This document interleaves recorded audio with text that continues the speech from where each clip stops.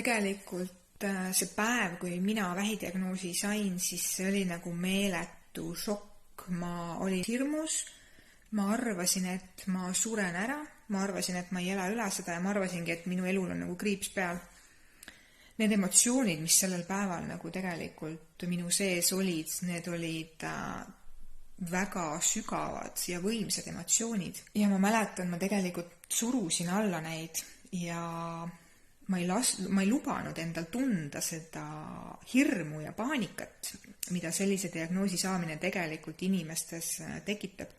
Mul oli nii piinlik, ma ei tahtnud sellest mitte kellelegi rääkida ja mul oli meeletult häbi, sest minu silmis sellist diagnoosi saavad ainult vanainimesed. Ja kuidas nüüd mina, noor tütarlaps, sellise diagnoosi saan ja mul oli endal isegi halb tunnistada seda, et ma olen sellises kohas.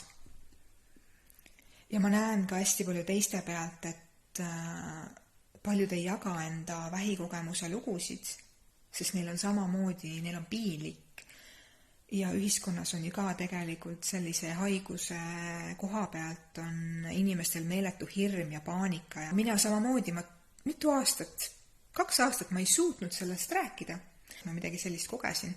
Rääkimata veel kellelegi sellest rääkida ja kellegiga seda teemat arutada. Ja õnneks väga keegi sellel teemal ei räägi, sest et ma saan aru, et ühiskonnas on see habras teema. See tekitab hästi paljudes inimestes meeletult erinevaid emotsioone. Ja huvitav ongi see, et täna olen mina kohas, kus ma saan täiesti vabalt vähidiagnoosist rääkida, nagu ma räägiks ilmast. Ja kõik tänu sellele, et ma olen ära tervendanud endas nii palju kohti, ma selle häbi ja selle süütunde olen ära tervendanud, sest ma tõesti täna olen nii tänulik.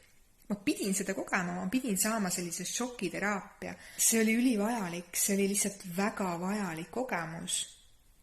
Aga tollel hetkel mul oligi see, et miks mina? Ja kuidas mina täna sellest üldse rääkida saan, siis sellest jagan ka raamatus laiemalt.